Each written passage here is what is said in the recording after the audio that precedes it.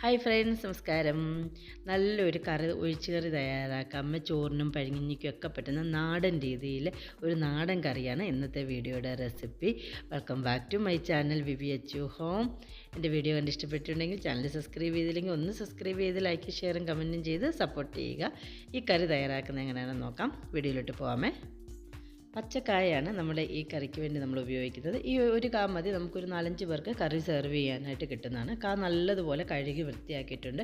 ശേഷം ഇതുപോലെ ആദ്യം നല്ലതുപോലെ ഒരു 4 പീസായിട്ട് ഞാൻ എടുത്തിരിക്കുന്ന കട്ട് ചെയ്തെടുക്കുന്നുണ്ട്. ഇതിനും ചെറിയ ചെറിയ സ്ലൈസായിട്ട് കട്ട് ചെയ്തെടുക്കുക. ഇതിൻ്റെ തൊലി നമ്മൾ കളയുന്നില്ല കേട്ടോ. അതുകൊണ്ട് നല്ലതുപോലെ കഴുകി വൃത്തിയാക്കി എടുക്കണം.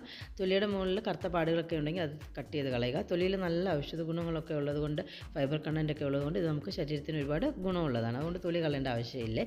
നല്ലതുപോലെ ഇപ്പോൾ ഞാൻ കട്ട് ചെയ്തെടുത്തിട്ടുണ്ട്. ഇതിനും കറുത്ത് പോകാതിരിക്കാനായിട്ട് കുറച്ച് വെള്ളത്തിൽ ഉപ്പിട്ടതിന് ശേഷം ഈ നമ്മുടെ ആ വെള്ളത്തിൽ ഇട്ട് വെക്കുക. അപ്പോൾ അങ്ങ് കറുത്ത് പോകത്തുമില്ല. അതിൻ്റെ ഉള്ളിൽ കറകളൊക്കെ ഉണ്ടെങ്കിൽ അത് പോയി കിട്ടുകയും ചെയ്യും കേട്ടോ. അങ്ങനെ ഒന്നിട്ട് മാറ്റി വെക്കാമേ. മൺചട്ടിയാണ് ഞാൻ കറി തയ്യാറാക്കാനായിട്ട് എടുത്തിട്ടുള്ളത്. മൺചട്ടി ഇല്ലെങ്കിൽ ചൂടുകട്ടിയുള്ള മറ്റ് അടിക്ക് പിടിക്കാത്ത ഏതെങ്കിലും പാത്രം നിങ്ങൾക്ക് ഉപയോഗിക്കാമേ. ചട്ടി ചൂടായി കഴിയുമ്പോഴത്തേക്കും 2 ടേബിൾ സ്പൂൺ വെളിച്ചെണ്ണ ഒഴിച്ച് കൊടുക്കുന്നുണ്ട്. വെളിച്ചെണ്ണ ചൂടായി കഴിയുമ്പോൾ ഒരു 7-8 ചെറിയുള്ളി ചെറുതായിട്ട് അരിഞ്ഞത്, കറിവേപ്പില, പച്ചമുളക് 2 എണ്ണം കീറിയത്, ഒരു 3-4 വെളുത്തുള്ളി ചെറുതായിട്ട് അരിഞ്ഞതും, ഒരു ചെറിയ കഷ്ണം ഇഞ്ചി ചെറുതായിട്ട് അരിഞ്ഞ് ഞാൻ ചേർത്ത് കൊടുത്ത് ജസ്റ്റ് ഒന്ന് ഇളക്കി ചെറിയുള്ളിയും വെളുത്തുള്ളിയും എല്ലാം ചെറുതായിട്ടൊന്ന് നിറം മാറിയാൽ മതി. ഒന്ന് വാടി കെട്ടി കഴിയുമ്പോഴത്തേക്കും പൊടികൾ ചേർത്ത് കൊടുക്കുന്നുണ്ട്. മഞ്ഞൾപ്പൊടി ഒരു 1/4 ടീസ്പൂണും കാശ്മീരി മുളക് പൊടി 3/4 ടീസ്പൂണും ചേർത്ത് കൊടുത്ത് ആ പൊടികളുടെ പച്ച ടേസ്റ്റൊക്കെ മാറി വരുന്നിടം വരെ ഒന്ന് വഴറ്റിയെടുക്കണേ. എരിവ് നിങ്ങളുടെ പാകത്തിനനുസരിച്ച് ചേർത്ത് കൊടുക്കണം കേട്ടോ. സാധാ മുളക് പൊടിയാണ് നിങ്ങൾ ചേർക്കുന്നതെങ്കിൽ 1/4 ടീസ്പൂൺ ചേർത്താൽ മതിയാവുമേ.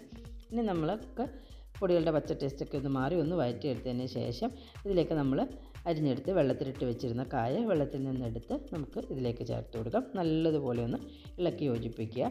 ഇളക്കി യോജിപ്പിച്ചതിന് ശേഷം ടേസ്റ്റിന് ആവശ്യമായിട്ട് ഉപ്പും കൂടെ ചേർത്ത് വെക്കുക. 1 ടീസ്പൂൺ ഉപ്പാണ് ഞാൻ ചേർത്ത് കൊടുക്കുന്നത്. ഇതുപോലെ ചെറിയൊരു പീസ് കുടംപുളിയാണ് ചേർത്ത് കൊടുക്കുന്നത്. ശേഷം നമുക്ക് കായൊന്ന് വേവിച്ചെടുക്കാനുള്ള വെള്ളം കൂടെ ഒഴിച്ച് കൊടുക്കാം. ഒത്തിരി വെള്ളം ഒഴിച്ച് കൊടുക്കേണ്ട. നികന്ന് കിടക്കുന്ന പരുവത്തിൽ വെള്ളം ഒഴിച്ച് കൊടുത്താൽ മതി. പെട്ടെന്ന് നമുക്ക് വെന്ത് കിട്ടുന്ന ഒരു സാധനമാണ്. പെട്ടെന്ന് വെന്ത് കിട്ടും. അധികം സമയമൊന്നും വേണ്ട. തീരെ മീഡിയം ഫ്ലെയിമിൽ വെച്ചിട്ട് വേവിക്കാൻ വെക്കാമേ. ഇടയ്ക്ക് 1-2 പ്രാവശ്യം ഒന്ന് ഇളക്കി കൊടുക്കണേ. അടിക്ക് പിടിക്കാതിരിക്കാൻ ശ്രദ്ധിക്കണേ. അരപ്പ് തയ്യാറാക്കാനായിട്ട് 1 കപ്പ് തേങ്ങ തിരുമ്മിയ ഒരു മിക്സർ ജാറിലേക്ക് എടുത്തിട്ടുണ്ട്. ഒരു 3 ചെറിയുള്ളിയും ഒരു 1/4 ടീസ്പൂണിലും കുറച്ച് ജീരകം എടുത്താൽ മതിയേ. 1/4 ടീസ്പൂൺ മഞ്ഞൾപ്പൊടിയും കുറച്ച് വെള്ളം ഒഴിച്ച് കൊടുത്ത് ഇതൊന്ന് അരച്ചെടുക്കാമേ. ജീരകത്തിൻ്റെ ടേസ്റ്റ് ഒരുപാട് മുന്നോട്ട് നിൽക്കേണ്ട കേട്ടോ. അതിനനുസരിച്ച് ജീരകം ചേർത്ത് കൊടുക്കുക. അപ്പോൾ നമ്മുടെ കറി ഒരുവിധം റെഡിയായി. നമ്മുടെ കഷ്ണങ്ങളൊക്കെ വെന്ത് വന്നിട്ടുണ്ട്. നമുക്ക് കഷ്ണം വെന്തെന്ന് നോക്കാം. ഇതുപോലെ ഒന്ന് ചെറുതായിട്ടൊരു പീസ് എടുത്ത് മുറിച്ച് നോക്കാം. നല്ലപോലെ മുറിഞ്ഞ് കിട്ടുന്നുണ്ട്. അപ്പോൾ നമ്മൾ വെള്ളമൊക്കെ ചെറുതായിട്ടൊന്ന് പറ്റി വന്നിട്ടുണ്ട്. ഇടയ്ക്ക് 1-2 പ്രാവശ്യം ഞാനൊന്ന് ഇളക്കി കൊടുത്തിട്ടുണ്ടായിരുന്നു.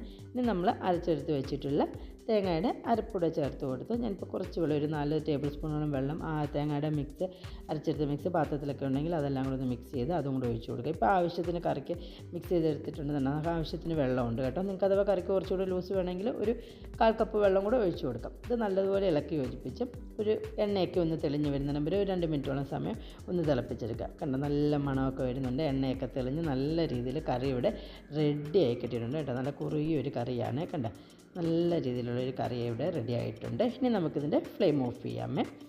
താളിക്കാനായിട്ട് ഒരു പാനിന്ന് ചൂടായിട്ടുണ്ട്. അതിലേക്ക് ഒരു 1.5 ടേബിൾ സ്പൂണോളം വെളിച്ചെണ്ണയാണ് ചേർത്ത് കൊടുക്കുന്നത്. വെളിച്ചെണ്ണ അല്ലെങ്കിൽ മറ്റേതെങ്കിലും നിങ്ങൾക്ക് ഉപയോഗിക്കുന്ന ഏതെങ്കിലും കുക്കിംഗ് ഓയിലിൽ ഉപയോഗിക്കാം കേട്ടോ. വെളിച്ചെണ്ണ ഉപയോഗിക്കണമെന്നില്ല. വെളിച്ചെണ്ണയിലാകുമ്പോൾ കുറച്ചുകൂടെ നല്ലൊരു ടേസ്റ്റ് ഉണ്ടാവും കറിക്ക്.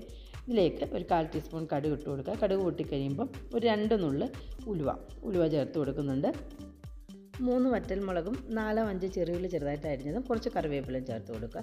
ചെറിയുള്ളി ഒരു ലൈറ്റ് ഗോൾഡൻ ബ്രൗൺ കളറായി കിട്ടുന്നിടം വരെ നല്ലതുപോലെ ഇത് മൂപ്പിച്ചെടുക്കുക. തീ ഒരു മീഡിയം ലോ ഫ്ലെയിമിൽ വെച്ചിട്ട് മൂപ്പിച്ചെടുക്കണേ.